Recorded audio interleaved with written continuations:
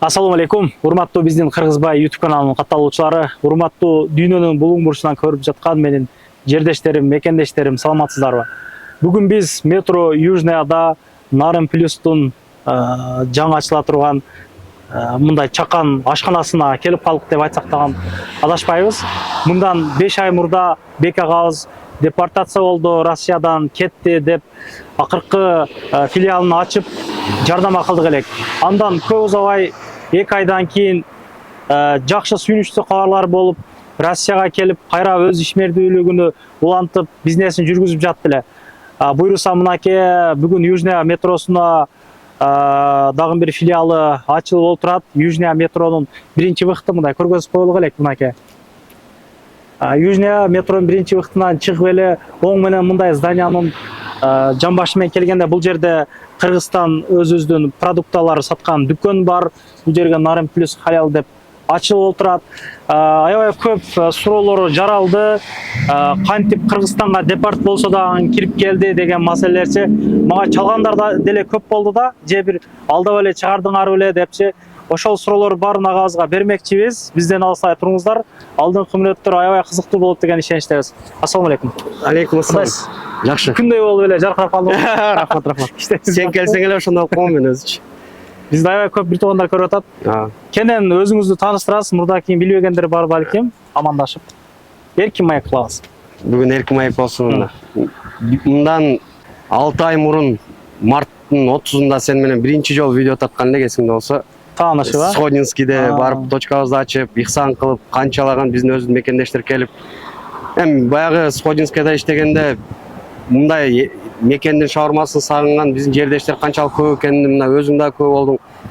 Жүздөгөн биздин миңдеген биздин мекендештер ошол жерге канча киши келип кетип биздин шаурмадан ооз тиген болсо, биздин ошол алгачкы биздин шаурмистибиз бар эле Марсель деген. Вот Марсель жасап берген шаурманын канчасы жеп кетти ошондочу. Анан мен жакшы бир ай өтө жакшы иштедик. Баргандар көп бардыгы. Бул баягы куру сөз эмес. Баягы эрте келесиң, кечпеп, дайыма кезек көп болчу. Кезекте тургандар 1 саатта, 3 саат, 4 саат кезекте тургандар мындай эле болчу да. Аябай көп элден суроо талап көп болду. Эми менин баягы депортация болуп калганым эле болбосо, улантып кетсем жакшы эле кетип атты эле ошондо. Анан эми мен выдворение болдум, соттун чечими чыккан күнү сага кайрылдым. Эсиңде болсо, сен жок деген жоксуң. Баягы эл оозунда элек жок дейт, ар ким ар нерсе дей берет экен, бирок сенден Аллах разы болсун. Аллах көп чындык үчүн айтып койгон. Ошондо менден 1 тиын акча албай, Иса келип тартып ошол видеону чыгарып берди эле. Ошол видеонун жардамы менен мага бир өзүбүздүн өтө бир боорукер эжебиз, мекендешибиз мен видеодон көрүп эле ошол өзүбүздүн жердештерди колдоюн, ушундай мээнет кылып туруп мээнети жерде калбасын деп бизге акча жагынан көмөк көрсөтүп, ошол эмени Бибировада.каны ачкан элек. Эми ошондо мен баягы бизнестен буга чейин тажрыйбам жок болгон үчүн өтө чоң ката кетирген экенмин.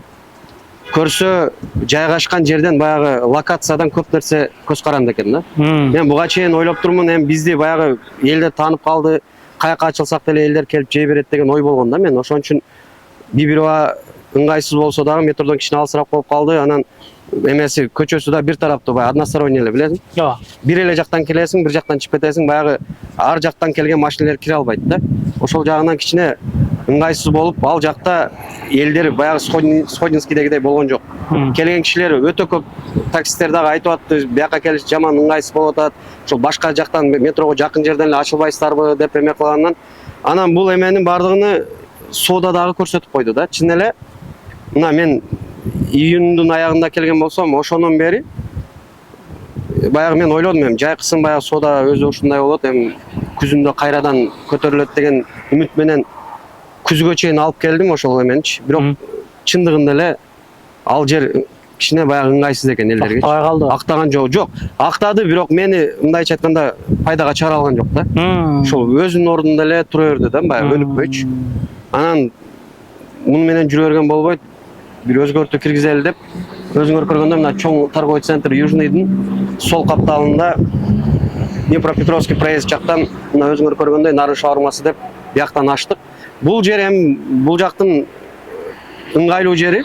Бул биздин мекендештер үчүн такси болобу, башка жеке машинасы менен болобу келип, мына парковка машинасын 1 саатка бекерип коюп, шаурма алып жеп кетсе болот же өзү менен алып кетсе болот. Берде ошол жагы жакшы.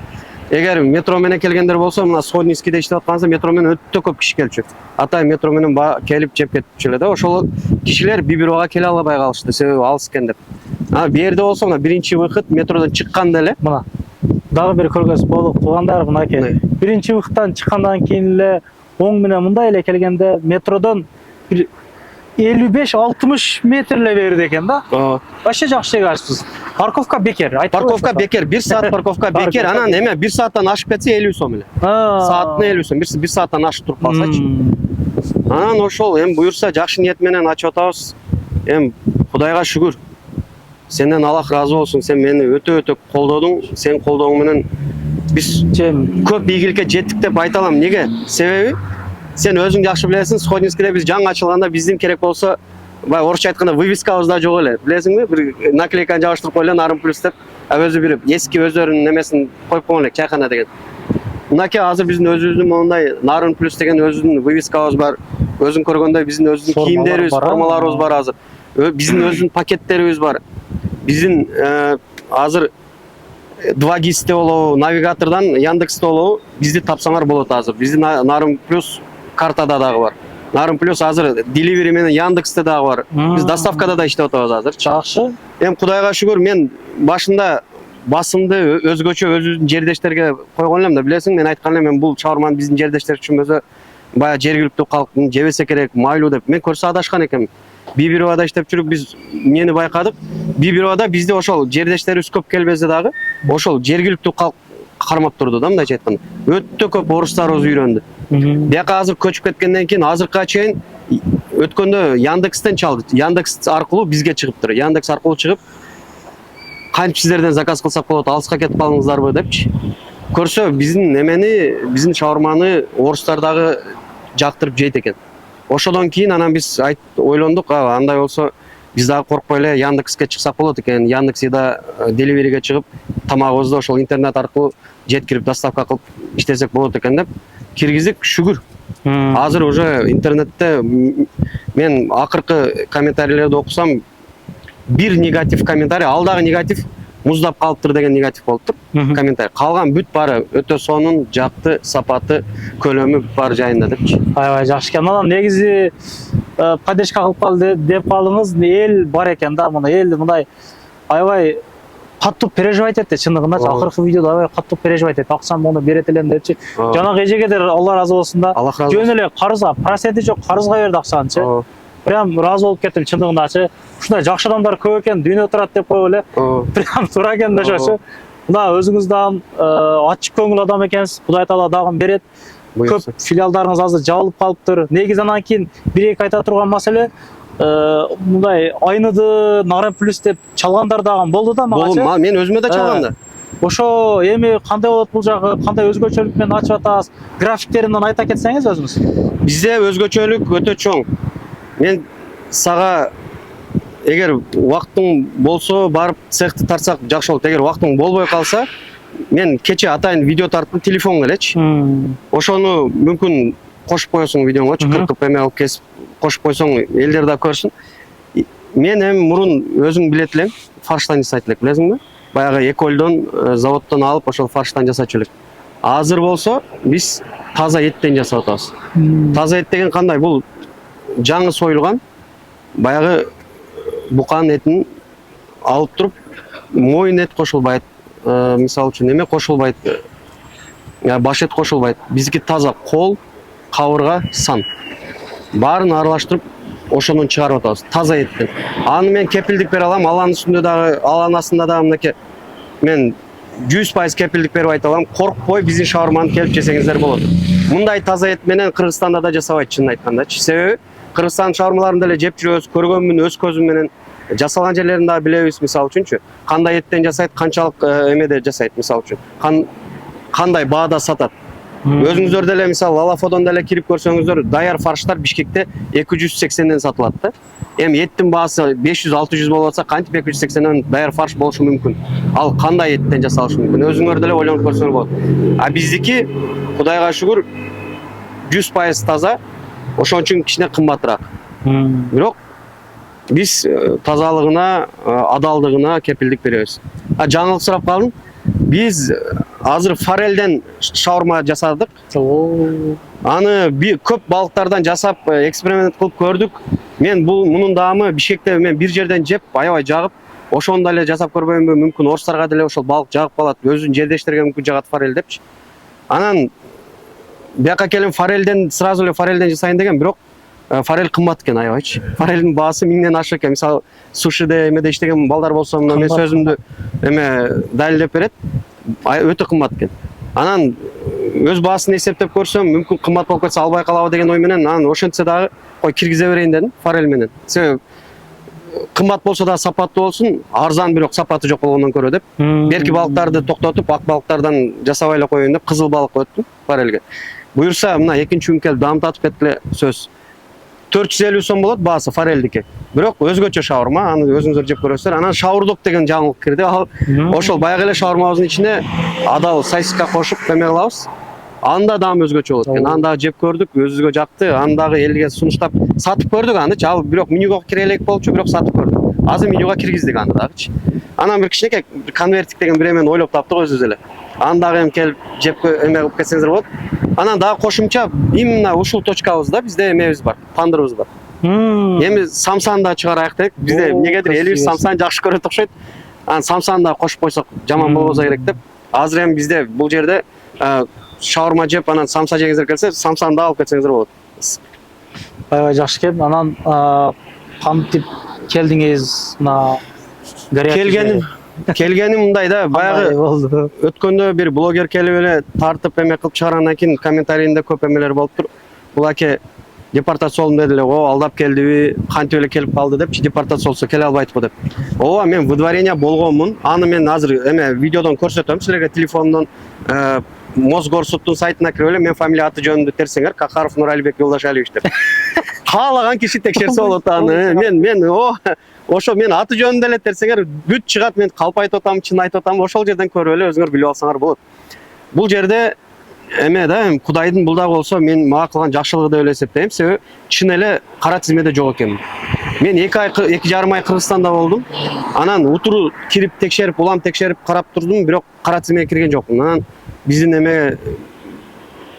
эмгек жана баягы социалдык өнүктүрүү министрлигинин астында бир эме бар Бишкекте. Ошол бөлүм бар, ошол жерде текшерсе болот да кара тизмени. Ал жерге барып деле текшердим. Ошондо кара тизмеде жок экениме 100% ынангандан кийин коркпой эле эмеге билет алып Шереметьевага самолетка учуп келдим. Кудайга шүгүр, эч кандай претензия болгон жок орустар тараптан. Тобокелге салып эле келдим. Келип кирдим.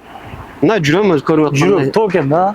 Эми баягы антпесек тилекке каршы болбой калды, себеби биякта иштетишим керек. Сен айткандай мага чалып дагы айтып атты, этиңиз бузулгандай болуп атат, жыттангандай болуп атат. Мен Кыргызстандамын. Этиңиз жыттангандай болуп атат депчи. Келип туруп анан ошол чечимди кабыл алдык. Эми мындан кийин тоңдурулган эттен эмес, таза жаңы союлган эттен эле жасайлы деп. Кыскасы, мурда жегениңиздерди келип жеп кетесиздер. Ага караганда жакшыраак. Мына негизи жалыптар көп болду эле. Мына аны деле жеткизип койдум. Кандай келгендигин деле айтып бердик. Эртең мененки ондон мына аке туугандар. Эртең мененки ондон түнкү 12ге чейин иштейт. Доставка кылыңыздар, мына жеткирип беришет. Каласаңыздар, ооба. Каласаңыздар Яндекстен, каласаңыздар Delivery'ден кирип курьерлерден через курьер. Же болбосо мисалы эми ачыгын айтыш керек, Яндекстин сайтында кымбат биздин эме шаурмаларчы. Мисалы биз 340тан саткан шаурмабыз Яндексте 523тан. Ошон үчүн эгер сиздер эме Яндекстен кымбат төлөбөйүн десеңиздер, анда бизге чалып эле, мисалы бир 5 шаурмадан өйдө болсо, биз өзү жеткирип бергенге аракет кылабыз. Метрого чейинби? Метрого чейин болобу, же мисалы үчүн мүмкүн үйүнө чейин деле жеткирип беришибиз мүмкүн. Мисалы бизге биякта ошондой эле кылчу. 10 шаурмадан ашык заказ бергендерге биз жеткирип берчүбүз бекер элечи. Өзүбүз жасап, өзүбүздүн машина менен алып барып жеткирип берчүбүз. Ошондой калуучулар болсо, телефондорду билесиздер, чалып заказ кылсаңыздар биз жеткирип бергенге даярбыз. Эгер кымбат төлөбөйүн десеңиздер. Анан франшиза сурагандар дагы болуп атты да. Ооба, франшиза Местаны боюнча да ичинде маалымат берсеңиз. бул места боюнча маалымат жанында өтө чоң магазин бар. Азыр кирип мындай кыска Жүрүм басынчы. көрсөтөбү. Ооба, негизи мына бизнес ачат элем, бизнеске кызыгам дегендер аябай көп. Айттым го акыркы видеолордо. Биздин азыр кыргыздар толку ушундай помещениялар каякта бар, каякта кыргыздар көп жашайт. Каякта эмне айтсак болот? Мен биларман адам катары чалышат да, мен деле билбейм өзүчү. Тааныш билиш болуп калат, чыгып калабы деп ойлошобу. Көргөзүп коеюн, бул жерде арендага месталар берилет экен да. Мага негизи жакты. Прям ушул жерде эгер сизге бирөө жарым инвестиция кылам деген болсо, чайхана ачып берсеңиз болмок да. Нукура кыргыздын чайханасын ачсак болот. Мен убада берген элем го. Мен сага билесиңби, баягы Сходинскийге эң алгач келгендечи. Көп сөздөр болгон аякта. Ошондогу айткан эмелерди ишке ашырса боло турган жер да.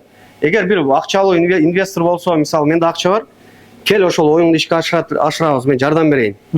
Бул мага эле жардам эмес, бул Кыргыздын улуттук ашканасына дагы чоң жардам болот. Себеби Кыргыздын нукура тамактары бир дагы Москвада эмес, Кыргызстан өзүндө жок. Нукура кыргызча негизи ашканабыз жок. Биз эми биз элбиз да, биздин тамагыбыз ашыбыз мурдадан болуп келген чындыгында.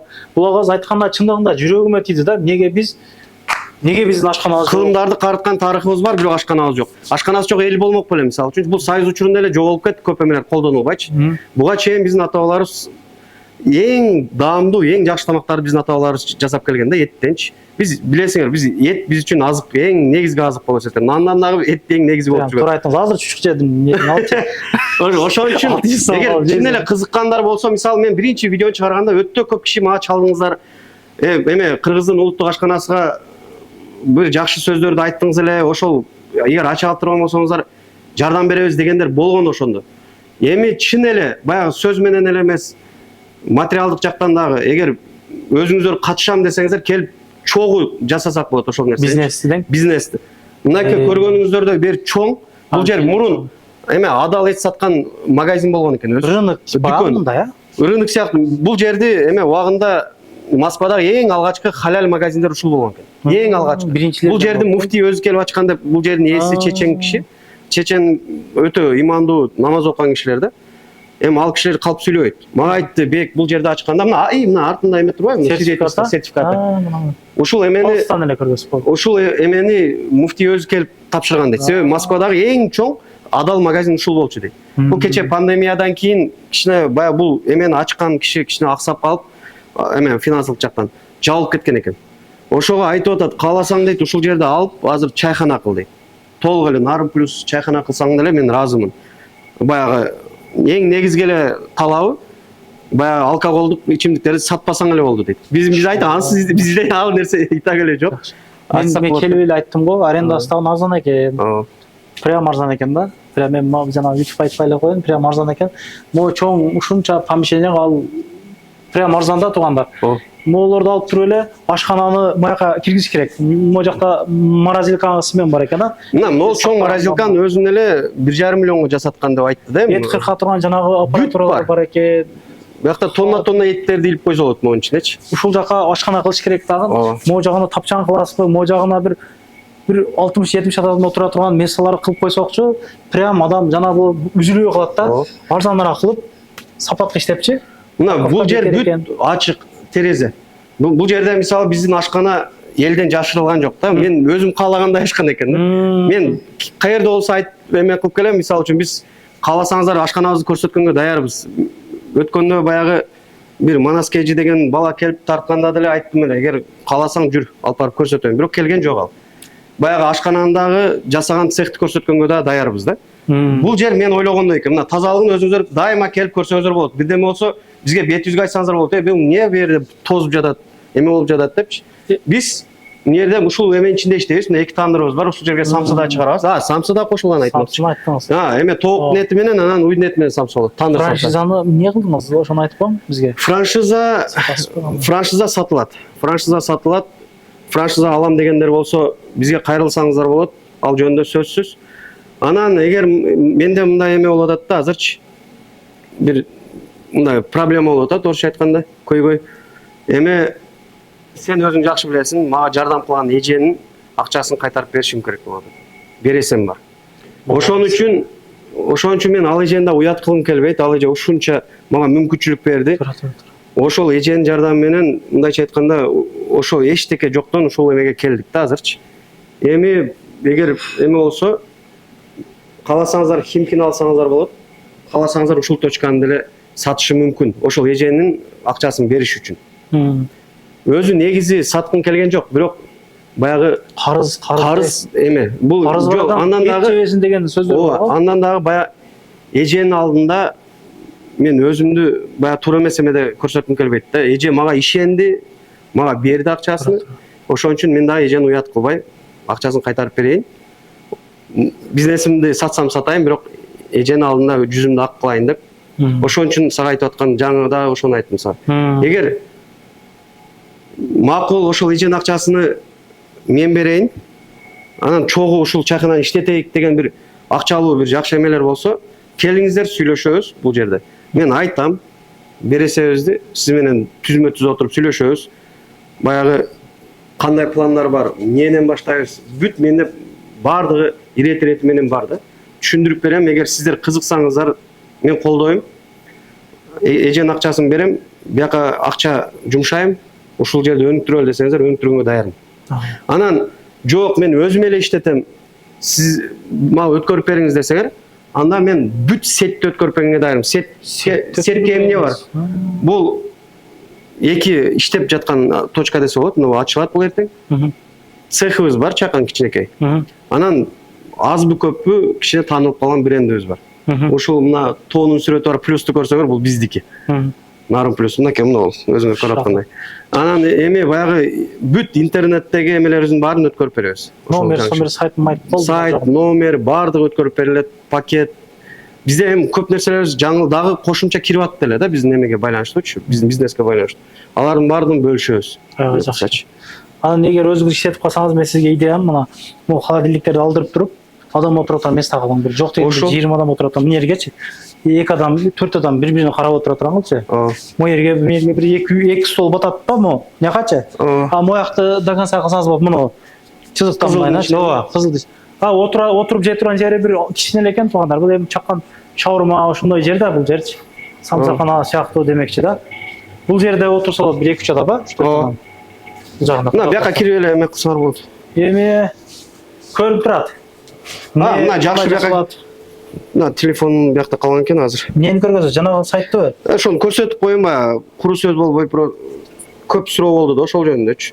Мен эми баягы калп сүйлөгөн адам чычалабайт да. Калп сүйлөп тур десе унчукпай эле көңүл бурбай эле коет да. Бирок сүйлөсөң чычалайт кезинде ичиң ачышат экен, мен эмнеге кантип алда эмелди депчи. Мына. Мынакей. Келиңиздер туугандар, мына. Мына Мосгорсудтун эмеси. Көрүнбөйбү, жакшы. Колуңузду алып туруң, мындай жакынатырыңыз камерага. Мына. Мосгорсудтун сайты. Мол Гришин деген судья менин ишимди караган. Мына мол фамилия, аты жөн меники. Анан мына өзүңөр көргөндө 29/03/24 жылы чечим чыккан. Эгер эсиңиздерде болсо, Иса мени 29 март күнү ошол чечим чыккан күнү тартып YouTube'га чыгарган да. Көрүнүп атам. Мен ошондо эме соттун залынан чыгып эле биринчи Исага чалганмын.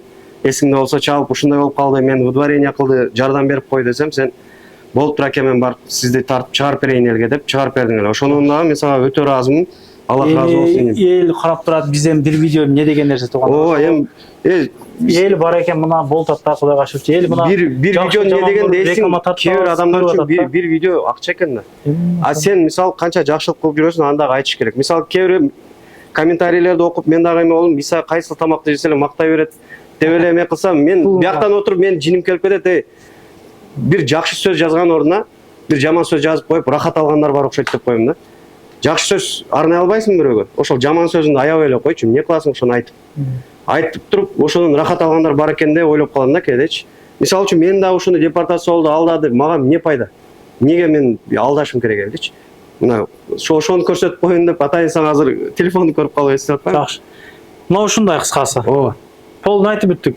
Айтып бүттүк. Ошол кызыккандар болсо, номерди мына Иса иним калтырат эменин астына YouTube'да. Анан чалып, байланышып эме кылсаңыздар болот. Бул эме боюнча, биздин бул шаурмаканабыз боюнча мынакей айтып өттү. өйдө да 1-октябрь. 1-октябрь күнү саат 10-дон 12-ге чейин иштеп баштайбыз. Күнүгө 10-дон 12-ге чейин. Биздин Шереметьеводагы шаурмаканабыздагы ошондой эле саат менен иштеп атат азыр. 10-дон 12-ге чейин. Эгер биякта машина менен болсоңуздар, келип бияктан алып кетсеңиздер болот өзүңүздөр менен. Отуруп жегенге биякта баягы орундук аз. Эгер үй бүлөңүздөр менен барып, отуруп шашпай ичип келемсе, анда Шереметьевого барыңыздар. Ал жак кенен, чоң. Ал жак барып атам да мен аңызга. ошол жакка да бир барып келсең болот. Ал жакта өтө чоң, бир 20-нан ашык киши батат. Отуруп шашпай жеп келсе болот да шаурма. А биякта эми баягы өзүңөр көргөндөй могу эме терезеден алса болот, же биякка кирип алып, биякка отуруп жеп кетсе деле болот. Ошол. Мына ушундай бир туугандар. Лайктан бирден басып, агабызга ийгилик кылай кетиңиздер. Негизи биринчи тарткан агабыз өзүнүн идеологиясы менен бөлүшкөн эле. Кыргыздын улуттук ашканасынын түптөйүндө мына менде рецепт бар, 100 тамагыбыздын рецепти бар менде, мына деп какшады. Спонсор болом дегендер дан чыккандан кийин кайрадан байланышыңыздар. Бизнеске шериктеш болом десеңиздер да кайрылыңыздар. Алам, сатып алам десеңиздер да кайрылыңыздар. Муну помещение боюнча да кайрылыңыздар туугандар. Кыскасы бири-бириңизден ынтымактуу бололук. Эч качан бири-бирибизге жаман комментарий жазбайлык. Если что, менин номерим каналда турат. Любой момент WhatsApp'tan жазсаңыздар же чалсаңыздар сүйлөшөбүз. Антип SMS жазыш кереги жок. Кече эми сөз көп да, тынч болуңуздар.